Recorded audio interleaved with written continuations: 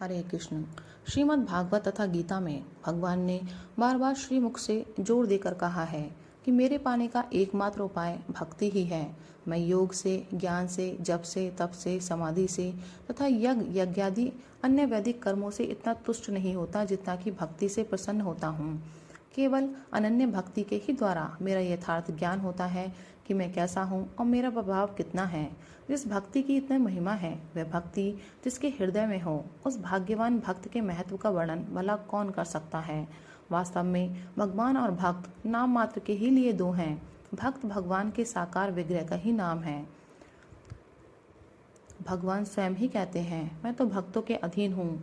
कोई मेरा अपराध कर दे तो उसे तो मैं क्षमा भी कर सकता हूँ, किंतु भक्त द्रोही के अपराध को मैं क्षमा करने में असमर्थ हूँ। भगवान भक्तों की महिमा को बतलाते हैं कि मैं भक्तों के पीछे पीछे सदा इसलिए घुमा करता हूँ कि उनके चरणों की धूलि उड़कर मेरे ऊपर पड़ जाए तो मैं पावन हो जाऊँ। यहाँ तक नहीं, भगवान स्वयं भक्तों का भजन करते हैं। भगवान हस्तिनापुर में ही विराजमान थे। महाराज युधिष्ठिर प्रायः हर समय ही उनके पास रहते थे। उन्हें भगवान के बिना चैन ही नहीं पड़ता था। एक दिन रात्रि के 12 बजे महाराज भगवान के स्थान पर पहुंचे। उस समय भगवान समाधि में बैठे हुए थे। धर्मराज बहुत देर तक हाथ जोड़े खड़े रहे। कुछ काल के अनंतर भगवान की समाधि भंग हुई। सामने धर्मराज को खड़े देखकर उन्होंने उनका स्वागत किया और असमय में आने का कारण पूछा। धर्मराज ने नम्रता पूर्वक निवेदन किया, भगवान और बातें तो मैं फिर पूछूंगा।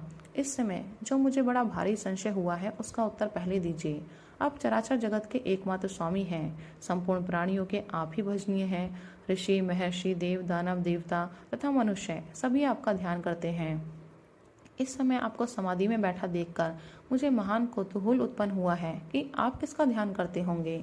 धर्मराज के प्रश्न को सुनकर भगवान हंसे और मंद मंद मुस्कान के साथ बोले, धर्मराज, यह ठीक है कि संपूर्ण जगत का एकमात्र मैं ही भजनीय हूँ, किंतु मेरे भी भजनीय भक्त हैं। मैं सदा भक्तों का ध्यान किया करता हूँ। यह सुनकर धर्मराज ने पूछा, अच्छा, इस समय आप किसका ध्यान कर रहे थे। भगवान ने गदगद कंठ से कहा, जिन्होंने सर्वस्व त्याग कर केवल मेरे में ही अपने मन को लगा रखा है, जो 1-2 दिन से नहीं कई महीनों से बाणों की शैया पर बिना खाए पिए पड़े हुए हैं।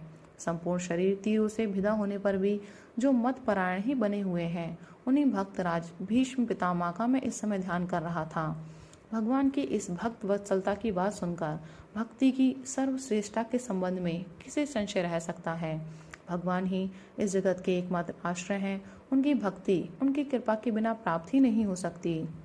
ज्ञान, कर्म तथा भक्ति के वे ही एकमात्र प्रवर्तक हैं।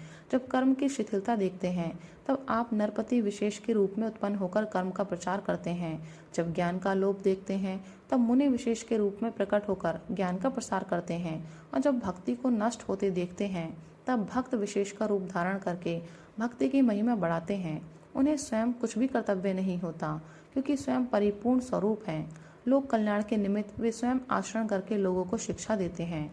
भगवान के लिए कोई बात सहसा या अकस्मात नहीं।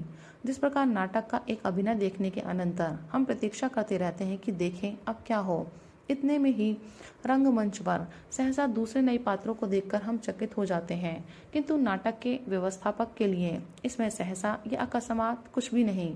उसे आदि से अंत तक संपूर्ण नाटक का पता है कि इसके बाद कौन सा पात्र क्या अभिनय करेगा। इसी प्रकार इस जगत के रंगमंच पर भगवान जो नाटक खिला रहे हैं उनका उन्हें रत्ती रत्ती भर पता है। उनके लिए भविष्य के गर्भ में कोई बात छिपी नहीं है। भविष्य का पर्दा तो हम अज्ञानियों के नेत्रों पर पड़ा हुआ है। हम किसी घटना को देखकर ही उसे नई और सहसा उत्पन्न हुई बताने लगते हैं। यही हमारी अपूर्णता है। कार्य को देखकर कारण के संबंध में सोचते हैं, किंतु दिव्य दृष्टि वाले कारण को पहले ही समझ जाते हैं। इसलिए उन्हें किसी भी घटना से कोई आश्चर्य नहीं होता। संवत 1542 विक्रमी कि फागुन की पूर्णिमा का शुभ दिवस है। संपूर्ण भारतवर्ष में प्रसन्नता छाई हुई है। रामकृष्ण के मानने वाले सभी हिंदुओं के घरों में अपनी अपनी शक्ति के अनुसार सुंदर सुंदर पकवान बनाए गए हैं। सबों ने अपने अपने घरों को लीप पोत कर स्वच्छ और सुंदर बनाया है। बहुत पहले सतयुग में आज के दिन भक्तराज प्रहलाद ने अग्नि में प्रवेश करके भक्ति की विशुद्धता, पवित्रता और निर्मलता दिखाई थी। भगवत भक्ति के कारण उनके पिता की भगनी होली, जो इन्हें गोद में लेकर अग्नि में बैठी थी, स्वयं जल गई, किंतु इनका बाल भी बाका नहीं हुआ। इसी कारण भक्तों में अत्यंत ही आह्लाद उत्पन्न हुआ और तभी से आज तक यह दिन परम पवित्र समझा जाता है। आज के दिन जीवन में नव जीवन का संचार होता है। वर्ष भर की सभी बातें भुला दी जाती हैं। साल भर के वैर, द्वेष तथा अशुभ कर्मों को होली की ज्वाला में स्वाहा कर दिया जाता है। आज के दिन शत्रु मित्र का कुछ भी विचार न करके सबको गले से लगाते हैं। इतने दिनों से होली होती तो थी, किंतु यथार्थ होली तो आज ही है। तभी तो भक्तों के हृदय में कोई एक अज्ञात आनंद हिलोरे मार रहा है। पंडित जगन्नाथ मिश्र अपने घर के एक कोने में बैठे हुए हैं। मिश्र जी के पास सांसारिक धन नहीं है, फिर भी ब्राह्मणों का जो धन है, जिसके कारण ब्राह्मणों को तपोधन कहा जाता है, उस धन का अभाव नहीं है। मिश्र जी का घर छोटा सा है, किंतु है खूब साफ सुथरा। संपूर्ण स्थान गौ के गोबर से लिपा है। आंगन में तुलसी का सुंदर बिरवा लगा हुआ है। एक और एक गौ बंधी है।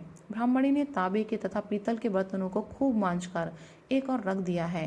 धूप लगने से वे चमक उठते हैं। मिश्र जी भोजन करके पुस्तक को पढ़ने लगे हैं।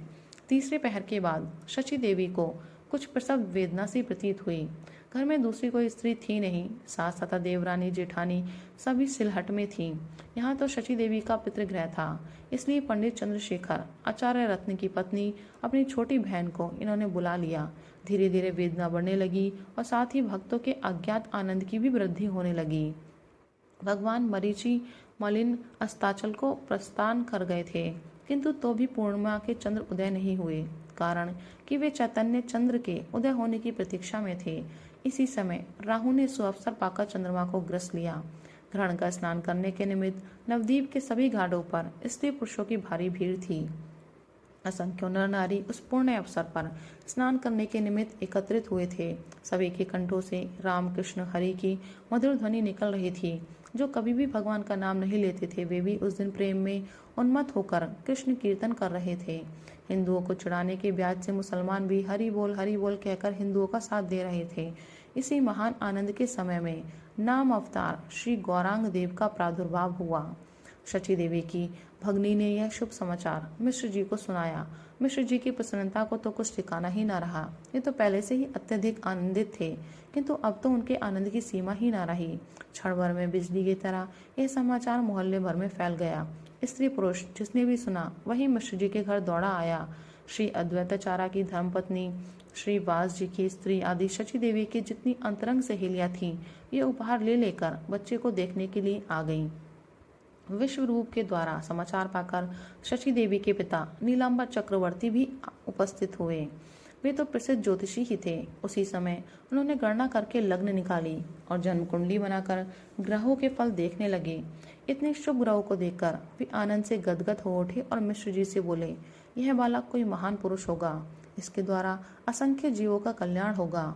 इसके राजग्रह स्पष्ट बता रहे हैं कि ये असाधारण महापुरुष होगा। इस प्रकार ग्रहों का फल सुनकर मिश्र जी के आनंद की और भी अधिक वृद्धि हुई। उस समय उन्हें अपनी निर्धनता पर कुछ खेद हुआ। उनका हृदय कह रहा था कि इस समय यदि मेरे पास कुछ होता तो इसी समय सर्वस्व दान कर डालता। फिर भी अपनी शक्ति के अनुसार उन्होंने अन्न वस्त्र का दान अभ्यागत तथा ब्राह्मणों के लिए दिया।